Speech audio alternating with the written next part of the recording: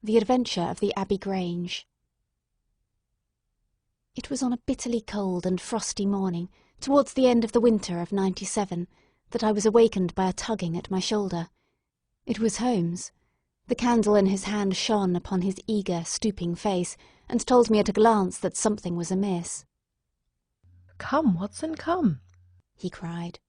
"The game is afoot. Not a word. Into your clothes and come." 10 minutes later we were both in a cab and rattling through the silent streets on our way to Charing Cross station. The first faint winter's dawn was beginning to appear, and we could dimly see the occasional figure of an early workman as he passed us, blurred and indistinct in the opalescent London reek. Holmes nestled in silence into his heavy coat, and I was glad to do the same, for the air was most bitter, and neither of us had broken our fast. It was not until we had consumed some hot tea at the station, and taken our places in the Kentish train, that we were sufficiently thawed, he to speak and I to listen. Holmes drew a note from his pocket and read aloud. Abbey Grange, Marsham, Kent, 3:30 a.m. My dear Mr. Holmes, I should be very glad of your immediate assistance in what promises to be a most remarkable case. It is something quite in your line. Except for releasing the lady, I will see that everything is kept exactly as I have found it, but I beg you not to lose an instant, as it is difficult to leave Sir Eustace there. Yours faithfully, Stanley Hopkins. Hopkins has called me in 7 times, and on each occasion his summons has been entirely justified, said Holmes. I fancy that every one of his cases has found its way into your collection, and I must admit, Watson, that you have some power of selection, which atones for much which I deplore in your narratives.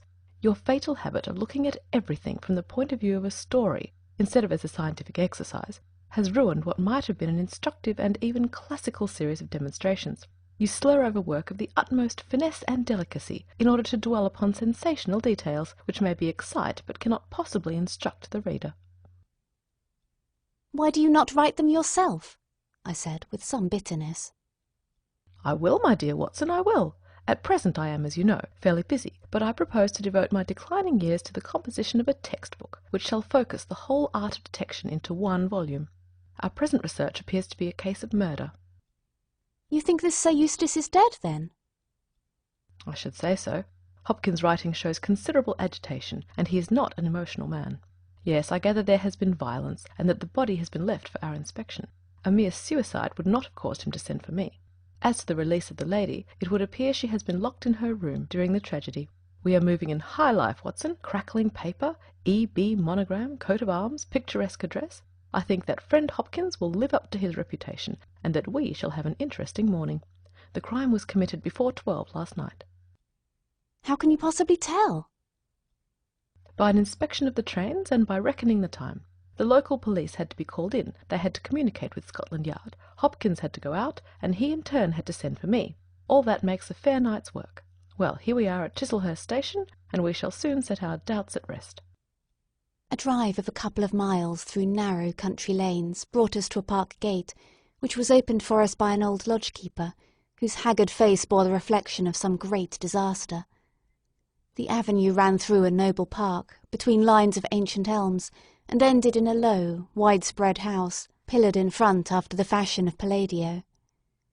The central part was evidently of a great age and shrouded in ivy, but the large windows showed that modern changes had been carried out, and one wing of the house appeared to be entirely new.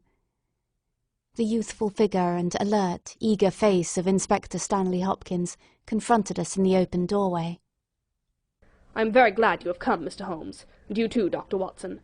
But indeed, if I had my time over again, I should not have troubled you, for since the lady has come to herself, she has given so clear an account of the affair that there is not much left for us to do.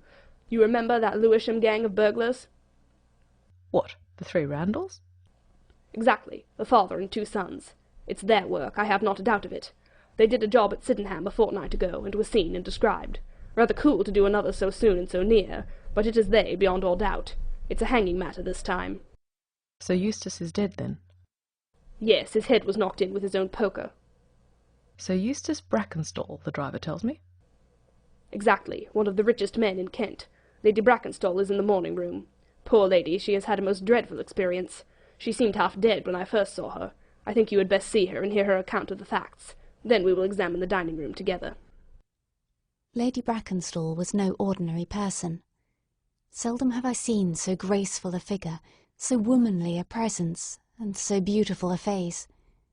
She was a blonde, golden-haired, blue-eyed, and would no doubt have had the perfect complexion which goes with such colouring, had not her recent experience left her drawn and haggard.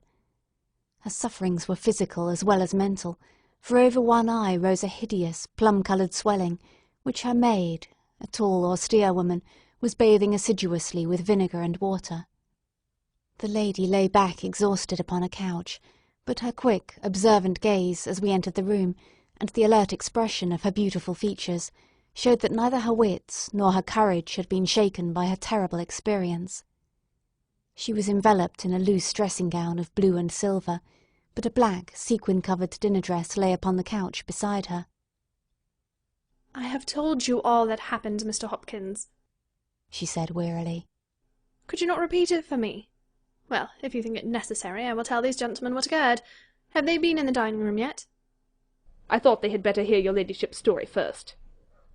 "I shall be glad when you can arrange matters. It is horrible to me to think of him still lying there." She shuddered and buried her face in her hands. As she did so, the loose gown fell back from her forearms. Holmes uttered an exclamation. "You have other injuries, madam. What is this?" 2 vivid red spots stood out on one of the white, round limbs. She hastily covered it. "It is nothing. It has no connection with this hideous business tonight. If you and your friend will sit down, I will tell you all. I am the wife of Sir Eustace Brackenstall. I have been married about a year. I suppose that it is no use my attempting to conceal that our marriage has not been a happy one.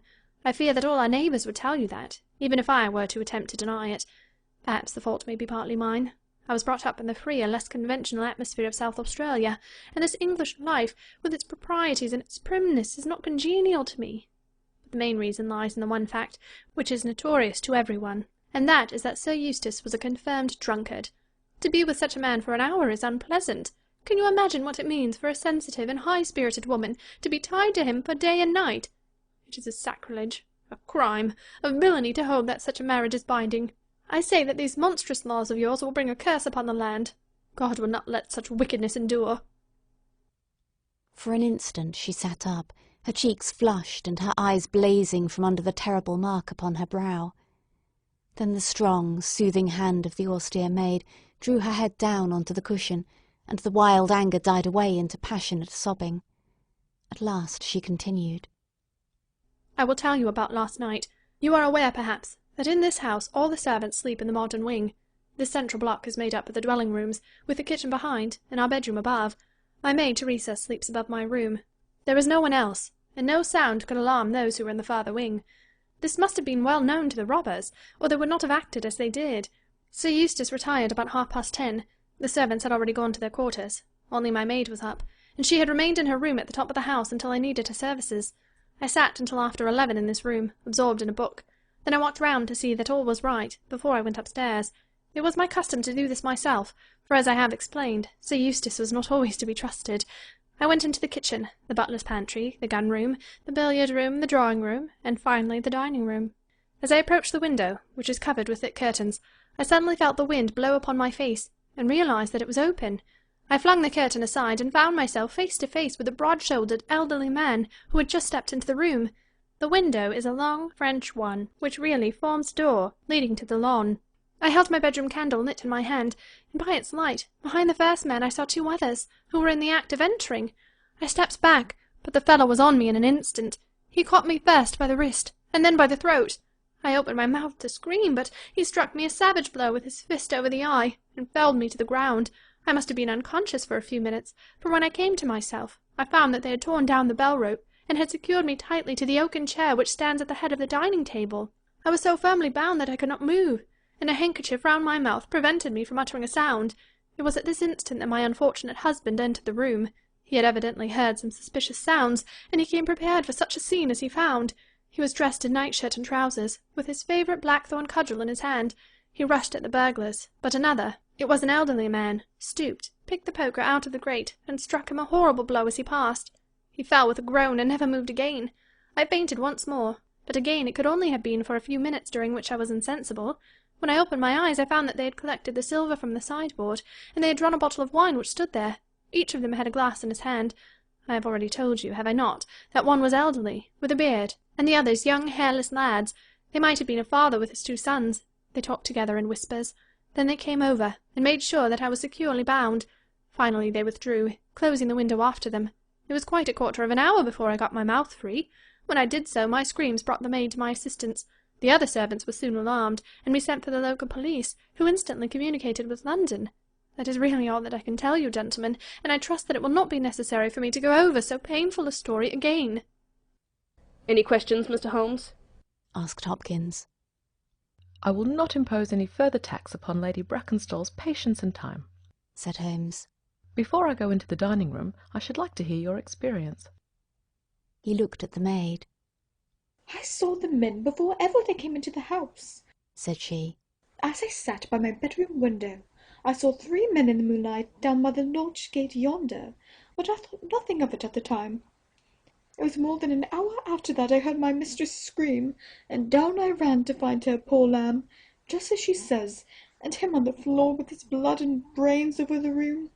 It was enough to drive a woman out of her wits, tied there and her very dress spotted with him, but she never wanted courage, did Miss Mary Fraser of Adelaide, and Lady Brackenstall of Abbey Grange hasn't learned new ways. You've questioned her long enough, you gentlemen, and now she is coming to her own room just with her old Teresa to get the rest that she badly needs. With a motherly tenderness, the gaunt woman put her arm round her mistress and led her from the room. She has been with her all her life, said Hopkins. Nursed her as a baby, and came with her to England when they first left Australia 18 months ago. Teresa Wright is her name, and the kind of maid you don't pick up nowadays. This way, Mr. Holmes, if you please. The keen interest had passed out of Holmes's expressive face, and I knew that with the mystery all the charm of the case had departed. There still remained an arrest to be effected, but what were these commonplace rogues that he should soil his hands with them? An abstruse and learned specialist, who finds that he has been called in for a case of measles, would experience something of the annoyance which I read in my friend's eyes. Yet the scene in the dining-room of the Abbey Grange was sufficiently strange to arrest his attention and to recall his waning interest. It was a very large and high chamber, with carved oak ceiling, oaken panelling, and a fine array of deer's heads and ancient weapons around the walls. At the further end from the door was the high French window of which we had heard. 3 smaller windows on the right-hand side filled the apartment with cold winter sunshine. On the left was a large, deep fireplace, with a massive overhanging oak mantelpiece. Beside the fireplace was a heavy oaken chair with arms and crossbars at the bottom. In and out through the open woodwork was woven a crimson cord, which was secured at each side to the crosspiece below. In releasing the lady, the cord had been slipped off her, but the knots with which it had been secured still remained. These details only struck our attention afterwards, for our thoughts were entirely absorbed by the terrible object which lay upon the tiger-skin hearthrug in front of the fire. It was the body of a tall, well-made man, about 40 years of age. He lay upon his back, his face upturned, with his white teeth grinning through his short black beard. His 2 clenched hands were raised above his head, and a heavy blackthorn stick lay across them. His dark, handsome, aquiline features were convulsed into a spasm of vindictive hatred, which had set his dead face in a terribly fiendish expression. He had evidently been in his bed when the alarm had broken out, for he wore a foppish embroidered nightshirt, and his bare feet projected from his trousers. His head was horribly injured, and the whole room bore witness to the savage ferocity of the blow which had struck him down. Beside him lay the heavy poker, bent into a curve by the concussion. Holmes examined both it and the indescribable wreck which it had wrought. "He must be a powerful man, this elder Randall," he remarked. Yes, said Hopkins. I have some record of the fellow, and he is a rough customer. "You should have no difficulty in getting him." Not the slightest. We have been on the lookout for him, and there was some idea that he had got away to America. Now that we know that the gang are here, I don't see how they can escape. We have the news at every seaport already, and a reward will be offered before evening. What beats me is how they could have done so mad a thing, knowing that the lady could describe them, and that we could not fail to recognize the description." "Exactly. One would have expected that they would silence Lady Brackenstall as well." "They may not have realized," I suggested, "that she had recovered from her faint." "That is likely enough. If she seemed to be senseless, they would not take her life. What about this poor fellow, Hopkins? I seem to have heard some queer stories about him." "He was a good-hearted man when he was sober, but a perfect fiend when he was drunk, or rather when he was half-drunk, for he seldom really went the whole way. The devil seemed to be in him at such times, and he was capable of anything. From what I hear, in spite of all his wealth and his title, he very nearly came our way once or twice. There was a scandal about his drenching a dog with petroleum and setting it on fire, her ladyship's dog, to make the matter worse, and that was only hushed up with difficulty. Then he threw a decanter at that maid, Teresa Wright. There was trouble about that. On the whole, and between ourselves, it will be a brighter house without him. What are you looking at now?" Holmes was down on his knees, examining with great attention the knots upon the red cord with which the lady had been secured. Then he carefully scrutinized the broken and frayed end where it had snapped off when the burglar had dragged it down. "When this was pulled down, the bell in the kitchen must have rung loudly," he remarked. "No one could hear it. The kitchen stands right at the back of the house." "How did the burglar know no one would hear it? How dared he pull at a bell-rope in that reckless fashion?" "Exactly, Mr. Holmes, exactly. You put the very question which I have asked myself again and again. There can be no doubt that this fellow must have known the house and its habits. He must have perfectly understood that the servants would all be in bed at that comparatively early hour, and that no one could possibly hear a bell ring in the kitchen. Therefore he must have been in close league with one of the servants. Surely that is evident. But there are 8 servants, and all of good character." "Other things being equal," said Holmes, "one would suspect the one at whose head the master threw a decanter, and yet that would involve treachery towards the mistress to whom this woman seems devoted.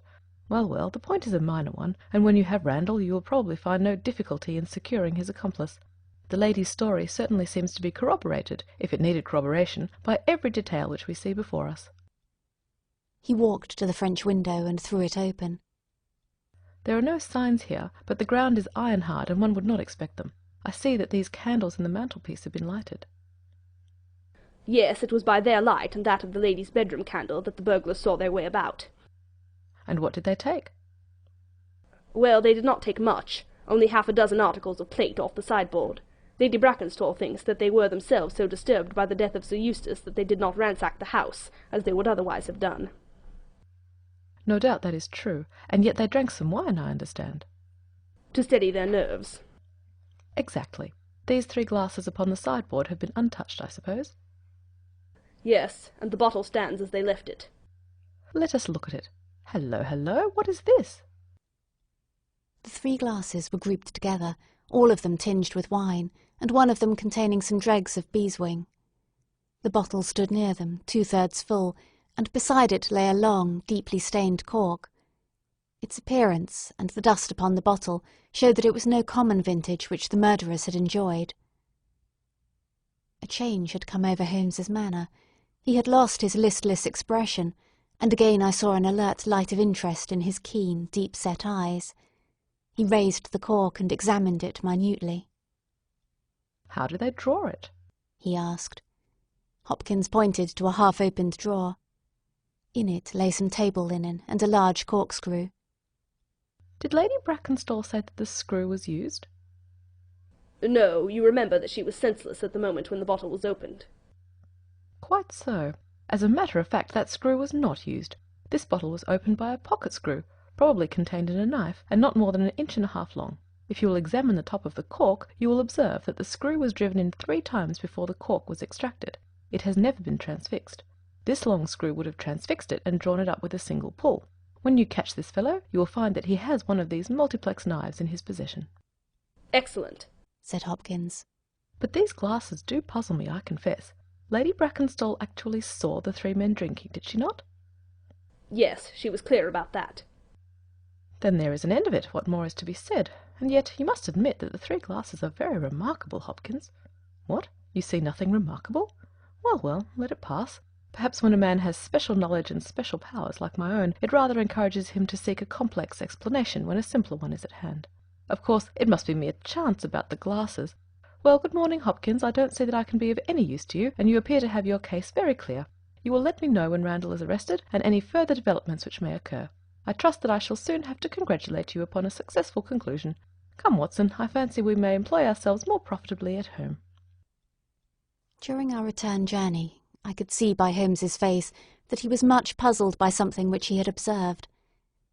Every now and then, by an effort, he would throw off the impression, and talk as if the matter were clear. But then his doubts would settle down upon him again, and his knitted brows and abstracted eyes would show that his thoughts had gone back, once more, to the great dining-room of the Abbey Grange, in which this midnight tragedy had been enacted. At last, by a sudden impulse, just as our train was crawling out of a suburban station, he sprang onto the platform and pulled me out after him. "Excuse me, my dear fellow," said he, as we watched the rear carriages of our train disappearing round a curve. "I am sorry to make you the victim of what may seem a mere whim, but on my life, Watson, I simply can't leave that case in this condition. Every instinct that I possess cries out against it. It's wrong. It's all wrong. I'll swear it's wrong. And yet the lady's story was complete. The maid's corroboration was sufficient. The detail was fairly exact. What have I to put up against that? 3 wine-glasses, that is all. But if I had not taken things for granted, if I had examined everything with the care which I should have shown had we approached the case de novo, and had no cut-and-dried story to warp my mind, should I not then have found something more definite to go upon? Of course I should. Sit down on this bench, Watson, until a train for Chislehurst arrives, and allow me to lay the evidence before you, imploring you in the first instance to dismiss from your mind the idea that anything which the maid or her mistress may have said must necessarily be true. The lady's charming personality must not be permitted to warp our judgment. Surely there are details in her story which, if we looked at it in cold blood, would excite our suspicion. These burglars made a considerable haul at Sydenham a fortnight ago. Some account of them and of their appearance was in the papers, and would naturally occur to any one who wished to invent a story in which imaginary robbers should play a part. As a matter of fact, burglars who have done a good stroke of business are, as a rule, only too glad to enjoy the proceeds in peace and quiet, without embarking on another perilous undertaking. Again, it is unusual for burglars to operate at so early an hour. It is unusual for burglars to strike a lady to prevent her screaming, since one would imagine that that was a sure way to make her scream. It is unusual for them to commit murder when their numbers are sufficient to overpower one man. It is unusual for them to be content with a limited plunder when there was much more within their reach. And finally, I should say that it was very unusual for such men to leave a bottle half empty. How do all these unusuals strike you, Watson? Their cumulative effect is certainly considerable, and yet each of them is quite possible in itself. The most unusual thing of all, as it seems to me, is that the lady should be tied to the chair. Well, I'm not so clear about that, Watson, for it is evident that they must either kill her or else secure her in such a way that she could not give immediate notice of their escape. But at any rate I have shown, have I not, that there is a certain element of improbability about the lady's story. And now, on top of this, comes the incident of the wine-glasses. What about the wine-glasses? Can you see them in your mind's eye? I see them clearly. We are told that 3 men drank from them. Does that strike you as likely? Why not? There was wine in each glass. Exactly, but there was beeswing only in 1 glass. You must have noticed that fact. What does that suggest to your mind? The last glass filled would be most likely to contain beeswing. Not at all. The bottle was full of it, and it is inconceivable that the first 2 glasses were clear and the third heavily charged with it. There are 2 possible explanations, and only 2. One is that after the second glass was filled, the bottle was violently agitated, and so the third glass received the beeswing. That does not appear probable. No, I am sure that I am right. What, then, do you suppose? That only 2 glasses were used, and that the dregs of both were poured into a third glass, so as to give the false impression that 3 people had been here. In that way, all the beeswing would be in the last glass, would it not? Yes, I am convinced that this is so. But if I have hit upon the true explanation of this one small phenomenon, then in an instant the case rises from the commonplace to the exceedingly remarkable.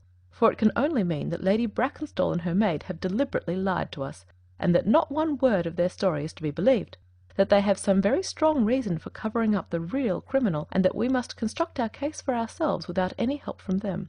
That is the mission which now lies before us, and here, Watson, is the Sydenham train. The household at the Abbey Grange were much surprised at our return, but Sherlock Holmes, finding that Stanley Hopkins had gone off to report to headquarters, took possession of the dining-room, locked the door upon the inside, and devoted himself for 2 hours to one of those minute and laborious investigations which form the solid basis on which his brilliant edifices of deduction were reared. Seated in a corner, like an interested student who observes the demonstration of his professor, I followed every step of that remarkable research. The window, the curtains, the carpet, the chair, the rope, each in turn was minutely examined and duly pondered. The body of the unfortunate baronet had been removed, and all else remained as we had seen it in the morning. Finally, to my astonishment, Holmes climbed up onto the massive mantelpiece. Far above his head hung the few inches of red cord which were still attached to the wire. For a long time he gazed upward at it, and then, in an attempt to get nearer to it, he rested his knee upon a wooden bracket on the wall. This brought his hand within a few inches of the broken end of the rope, but it was not this so much as the bracket itself which seemed to engage his attention. Finally he sprang down with an ejaculation of satisfaction. "It's all right, Watson," said he. "We have got our case, one of the most remarkable in our collection. But dear me, how slow-witted I have been, and how nearly I have committed the blunder of my lifetime! Now I think that with a few missing links my chain is almost complete." "You have got your men?" "Man, Watson, man, only one, but a very formidable person, strong as a lion. Witness the blow that bent that poker. 6'3" in height, active as a squirrel, dexterous with his fingers, finally, remarkably quick-witted, for this whole ingenious story is of his concoction. Yes, Watson, we have come upon the handiwork of a very remarkable individual, and yet in that bell-rope he has given us a clue which should not have left us in doubt." "Where was the clue?" "Well, if you were to pull down a bell-rope, Watson, where would you expect it to break? Surely at the spot where it is attached to the wire. Why should it break 3 inches from the top, as this one has done?" "Because it is frayed there." "Exactly. This end, which we can examine, is frayed. He was cunning enough to do that with his knife. But the other end is not frayed. You could not observe that from here, but if you were on the mantelpiece you would see that it is cut clean off without any mark of fraying whatever.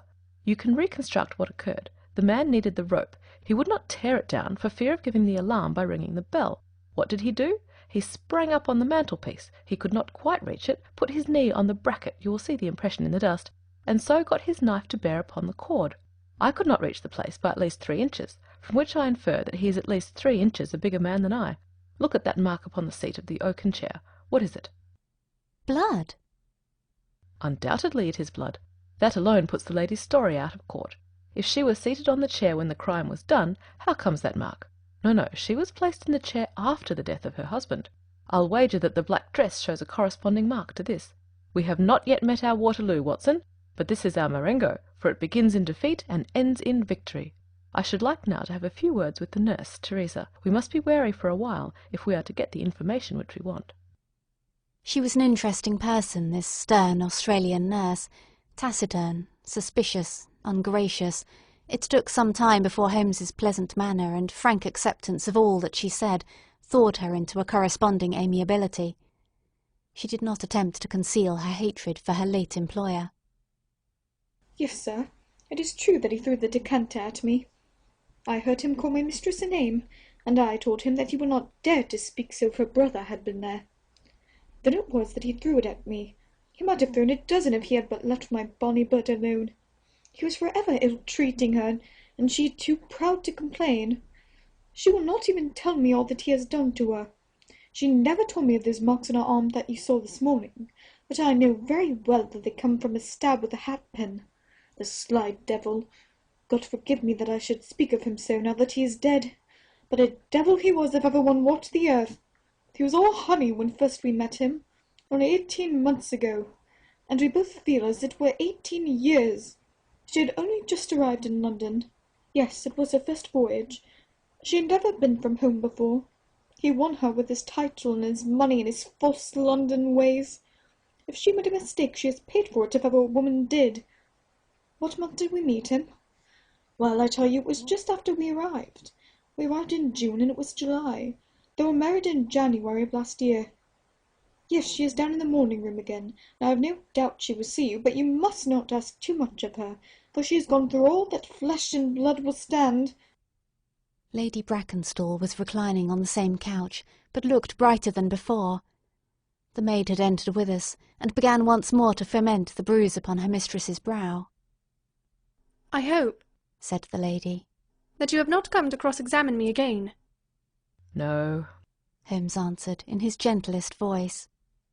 "I will not cause you any unnecessary trouble, Lady Brackenstall, and my whole desire is to make things easy for you, for I am convinced that you are a much-tried woman.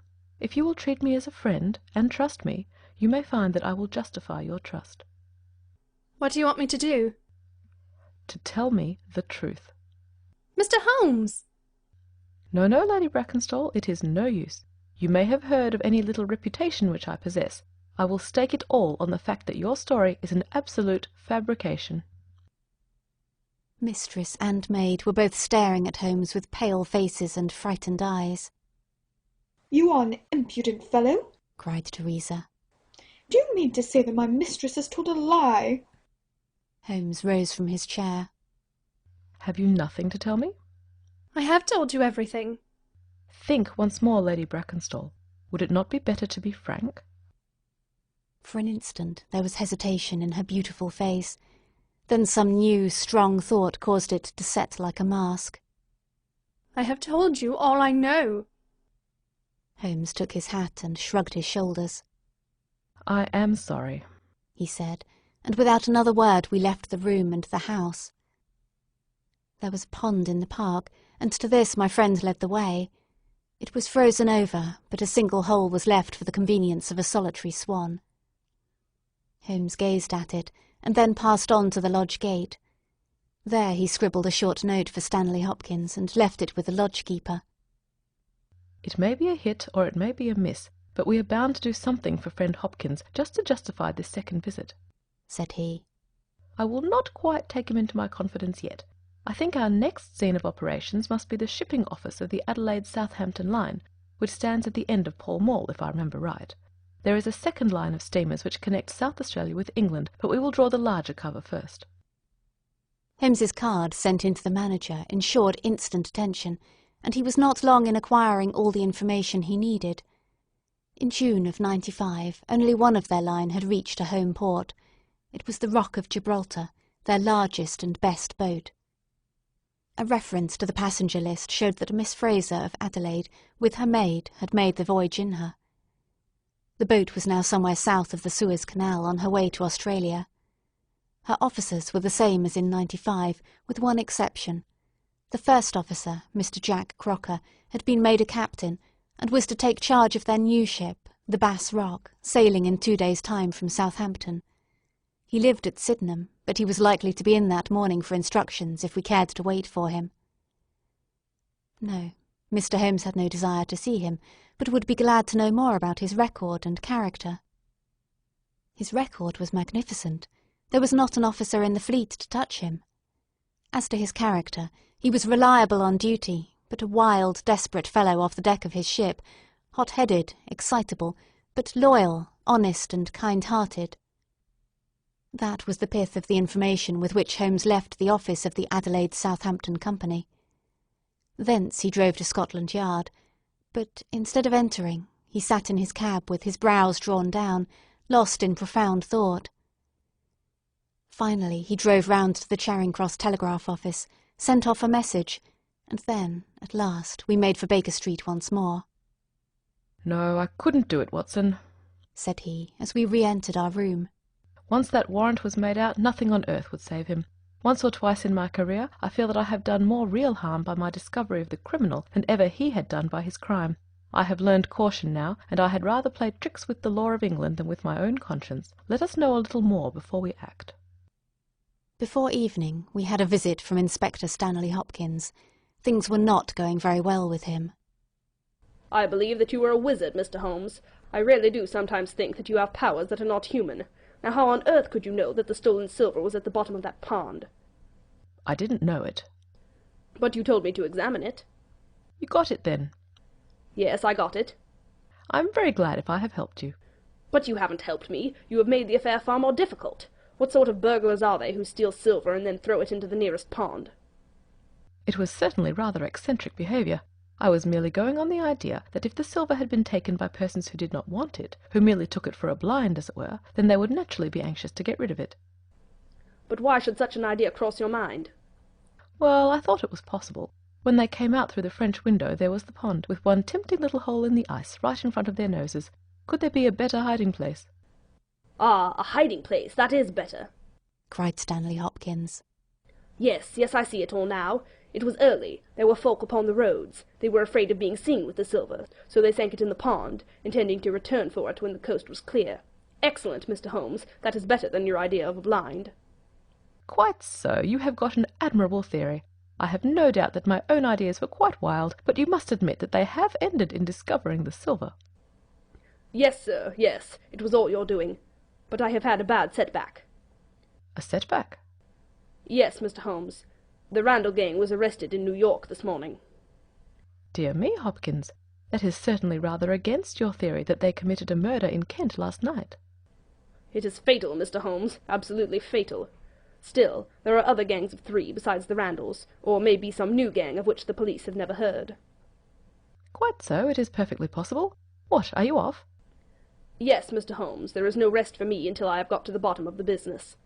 I suppose you have no hint to give me? I have given you one. Which? Well, I suggested a blind. But why, Mr. Holmes, why? Ah, that's the question, of course, but I commend the idea to your mind. You might possibly find that there was something in it. You won't stop for dinner? Well, good-bye, and let us know how you get on. Dinner was over, and the table cleared, before Holmes alluded to the matter again. He had lit his pipe and held his slippered feet to the cheerful blaze of the fire. Suddenly he looked at his watch. I expect developments, Watson. When? Now, within a few minutes. I dare say you thought I acted rather badly to Stanley Hopkins just now. I trust your judgment. A very sensible reply, Watson. You must look at it this way. What I know is unofficial. What he knows is official. I have the right to private judgment, but he has none. He must disclose all, or he is a traitor to his service. In a doubtful case I would not put him in so painful a position, and so I reserve my information until my own mind is clear upon the matter. But when will that be? The time has come. You will now be present at the last scene of a remarkable little drama. There was a sound upon the stairs, and our door was opened to admit as fine a specimen of manhood as ever passed through it. He was a very tall young man, golden-moustached, blue-eyed, with a skin which had been burned by tropical suns, and a springy step, which showed that the huge frame was as active as it was strong. He closed the door behind him, and then he stood with clenched hands and heaving breast, choking down some overmastering emotion. Sit down, Captain Crocker. You got my telegram? Our visitor sank into an armchair and looked from one to the other of us with questioning eyes. I got your telegram, and I came at the hour you said. I heard that you had been down to the office. There was no getting away from you. Let's hear the worst. What are you going to do with me? Arrest me? Speak out, man. You can't sit there and play with me like a cat with a mouse. Give him a cigar, said Holmes. Bite on that, Captain Crocker, and don't let your nerves run away with you. I should not sit here smoking with you if I thought you were a common criminal. You may be sure of that. Be frank with me, and we may do some good. Play tricks with me, and I'll crush you. What do you wish me to do? To give me a true account of all that happened at the Abbey Grange last night. A true account, mind you, with nothing added and nothing taken off. I know so much already that if you go 1 inch off the straight, I'll blow this police whistle from my window and the affair goes out of my hands forever. The sailor thought for a little. Then he struck his leg with his great sunburned hand. I'll chance it, he cried. I believe you are a man of your word and a white man, and I'll tell you the whole story. But one thing I will say first. So far as I am concerned, I regret nothing and I fear nothing, and I would do it all again and be proud of the job. Damn the beast, if he had as many lives as a cat, he would owe them all to me. But it's the lady, Mary Fraser, for never will I call her by that accursed name. When I think of getting her into trouble, I who would give my life just to bring one smile to her dear face, it's that turns my soul into water. And yet, what less could I do? I'll tell you my story, gentlemen, and then I'll ask you, as man to man, what less could I do? I must go back a bit. You seem to know everything, so I expect that you know that I met her when she was a passenger, and I was first officer of the Rock of Gibraltar. From the first day I met her, she was the only woman to me. Every day of that voyage I loved her more, and many a time since have I kneeled down in the darkness of the night watch and kissed the deck of that ship because I knew her dear feet had trod it. She was never engaged to me. She treated me as fairly as ever a woman treated a man. I have no complaint to make. It was all love on my side and all good comradeship and friendship on hers. When we parted, she was a free woman, but I could never again be a free man. Next time I came back from sea, I heard of her marriage. Well, why shouldn't she marry whom she liked? Title and money, who could carry them better than she? She was born for all that is beautiful and dainty. I didn't grieve over her marriage. I was not such a selfish hound as that. I just rejoiced that good luck had come her way, and that she had not thrown herself away on a penniless sailor. That's how I loved Mary Fraser. Well, I never thought to see her again, but last voyage I was promoted, and the new ship was not yet launched, so I had to wait for a couple of months with my people in Sydenham. One day, out in a country lane, I met Teresa Wright, her old maid. She told me all about her, about him, about everything. I tell you, gentlemen, it nearly drove me mad. This drunken hound, that he should dare to raise his hand to her, whose boots he was not worthy to lick. I met Teresa again. Then I met Mary herself, and met her again. Then she would meet me no more. But the other day I had a notice that I was to start on my voyage within a week, and I determined that I would see her once before I left. Teresa was always my friend, for she loved Mary, and hated this villain almost as much as I did. From her I learned the ways of the house. Mary used to sit up reading in her own little room downstairs. I crept round there last night and scratched at the window. At first she would not open to me, but in her heart I know that now she loves me, and she could not leave me in the frosty night. She whispered to me to come round to the big front window, and I found it open before me, so as to let me into the dining room. Again I heard from her own lips things that made my blood boil, and again I cursed this brute who mishandled the woman I loved. Well, gentlemen, I was standing with her just inside the window, in all innocence, as God is my judge, when he rushed like a madman into the room, called her the vilest name that a man could use to a woman, and welded her across the face with the stick he had in his hand. I had sprung for the poker, and it was a fair fight between us. See here on my arm, where his first blow fell? Then it was my turn, and I went through him as though he had been a rotten pumpkin. Do you think I was sorry? Not I. It was his life or mine, but far more than that, it was his life or hers, for how could I leave her in the power of this madman? That was how I killed him. Was I wrong? Well, then, what would either of you gentlemen have done if you had been in my position? She had screamed when he struck her, and that brought old Teresa down from the room above. There was a bottle of wine on the sideboard, and I opened it and poured a little between Mary's lips, for she was half dead with shock. Then I took a drop myself. Teresa was as cool as ice, and it was her plot as much as mine. We must make it appear that burglars had done the thing. Teresa kept repeating our story to her mistress, while I swarmed up and cut the rope of the bell. Then I lashed her in her chair and frayed out the end of the rope to make it look natural, else they would wonder how in the world a burglar could have got up there to cut it. Then I gathered up a few plates and pots of silver to carry out the idea of the robbery, and there I left them, with orders to give the alarm when I had a quarter of an hour's start. I dropped the silver into the pond and made off for Sydenham, feeling that for once in my life I had done a real good night's work. And that's the truth and the whole truth, Mr. Holmes, if it cost me my neck. Holmes smoked for some time in silence. Then he crossed the room and shook our visitor by the hand. "That's what I think," said he. "I know that every word is true, for you have hardly said a word which I did not know. No one but an acrobat or a sailor could have got up to that bell-rope from the bracket, and no one but a sailor could have made the knots with which the cord was fastened to the chair. Only once had this lady been brought into contact with sailors, and that was on her voyage, and it was someone of her own class of life, since she was trying hard to shield him, and so showing that she loved him. You see how easy it was for me to lay my hands upon you when once I had started upon the right trail." I thought the police never could have seen through our dodge. "And the police haven't, nor will they, to the best of my belief.